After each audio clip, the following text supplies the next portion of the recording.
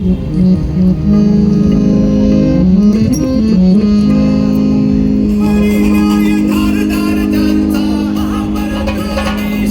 अगदी थोडक्यामध्ये हा पुढचा विषय मांडण्याचा प्रयत्न करतो.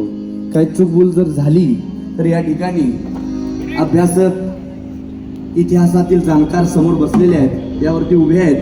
काही चूकभूल झाली तर सर्वजण सांभाळून घ्याल ही अपेक्षा ठेवतो आणि मी 5 मिनिटांमध्ये माझी शाहिरी समाप्त करतो.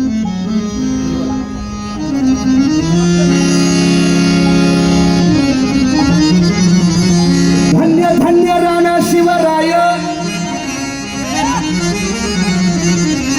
धन्य धन्य राणा शिवराय, वर्णू मी काय. धन्य धन्य राणा शिवराय, वर्णू मी काय. तोड जगी नाय सुपुत्र खरा सह्याद्रीचा, सुपुत्र खरा सह्याद्रीचा, सुपुत्र खरा सह्याद्रीचा. धन्य धन्य राणा शिवराय.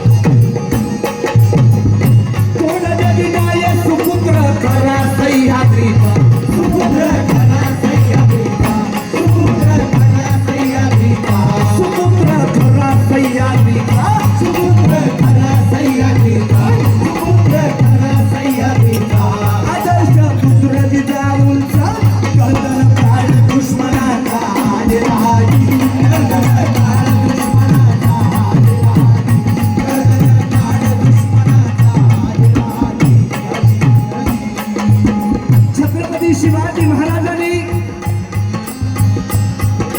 या महाराष्ट्रामध्ये स्वराज्य स्थापन केलं. हे भगव्या झेंड्याचे पाईक होते दादा. एक एक मावळा जमा केला. नरवीर तानाजी मालुसरे, मुरारबाजी, शिवा काशी, जीवा महाल, येसाजी, बाजी प्रभू देशपांडे, जीवाला जीव देणारी माणसं होती म्हणून स्वराज्य घडलं. आणि मग अशा वेळेला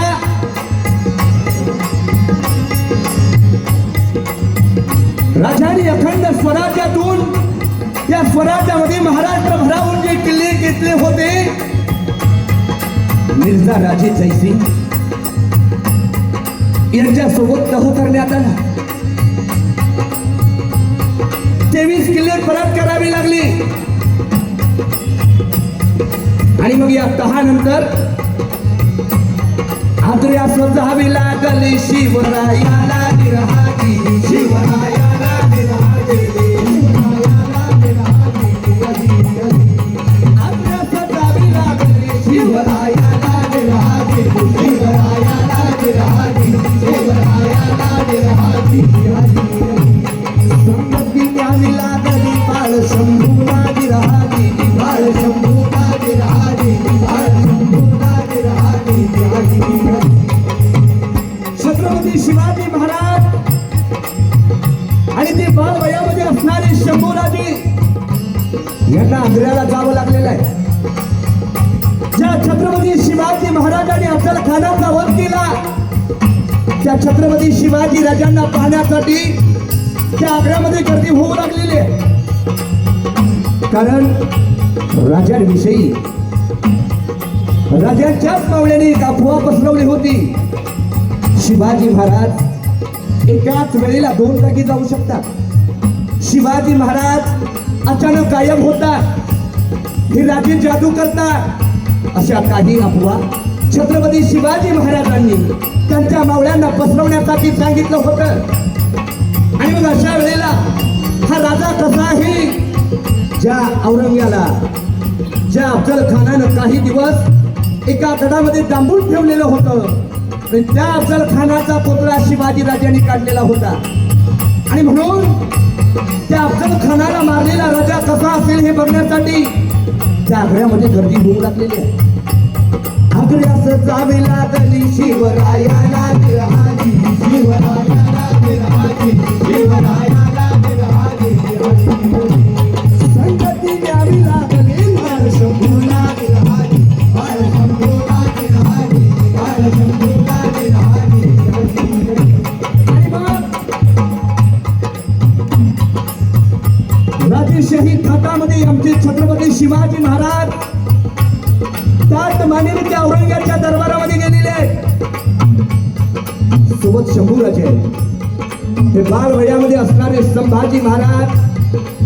काय बोलावं त्यांच्याविषयी. आबासाहेबांच्या बोटाला धरून त्यांनी त्या दरबारामध्ये, औरंग्याच्या दरबारामध्ये थाटामाटात प्रवेश केला. आणि मग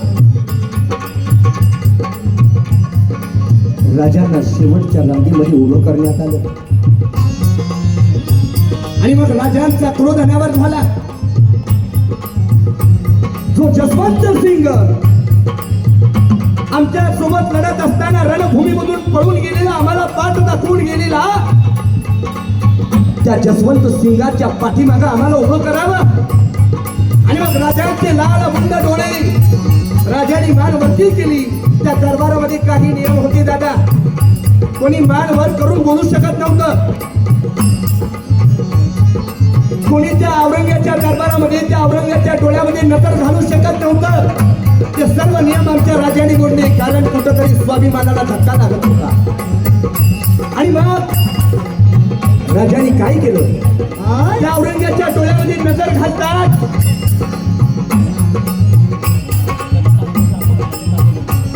मस्त धडकलं. औरंगजेबानं विचारलं की आमच्या डोळ्यामध्ये डोळं घालण्याचं कारण काय असावं. आणि मग माझा सिंह गरजला. ज्या जसवंत सिंगानं आम्हाला पाठ दाखवली त्याला आमच्या समोर तुम्ही उभे करता, हा अपमान आम्हाला सहन होणार नाही. आणि मग अशा वेळेला राजे त्या दरबारातून निघून गेले. आणि मग त्या छत्रपती शिवाजी राजांना नजर कैदेत ठेवण्यात आलं. नजर कैदेत ठेवलेला आहे. एक दिवस झाला, 2 दिवस झाला, दिवस निघायला लागलेले, महिन्यामागून महिने जाऊ लागले. राजांना वाटू लागली काळजी ती स्वराज्याची, आऊसाहेबांची. काय करावं अशा वेळेला शक्तीपेक्षा युक्ती श्रेष्ठ.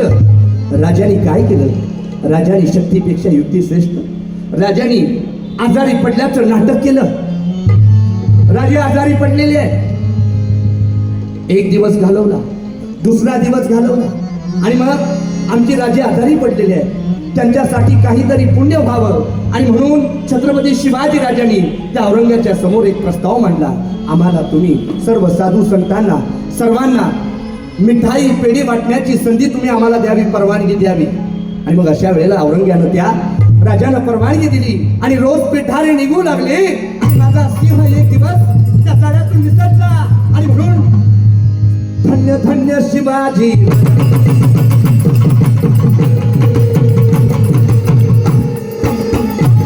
धन्य धन्य शिवाजी.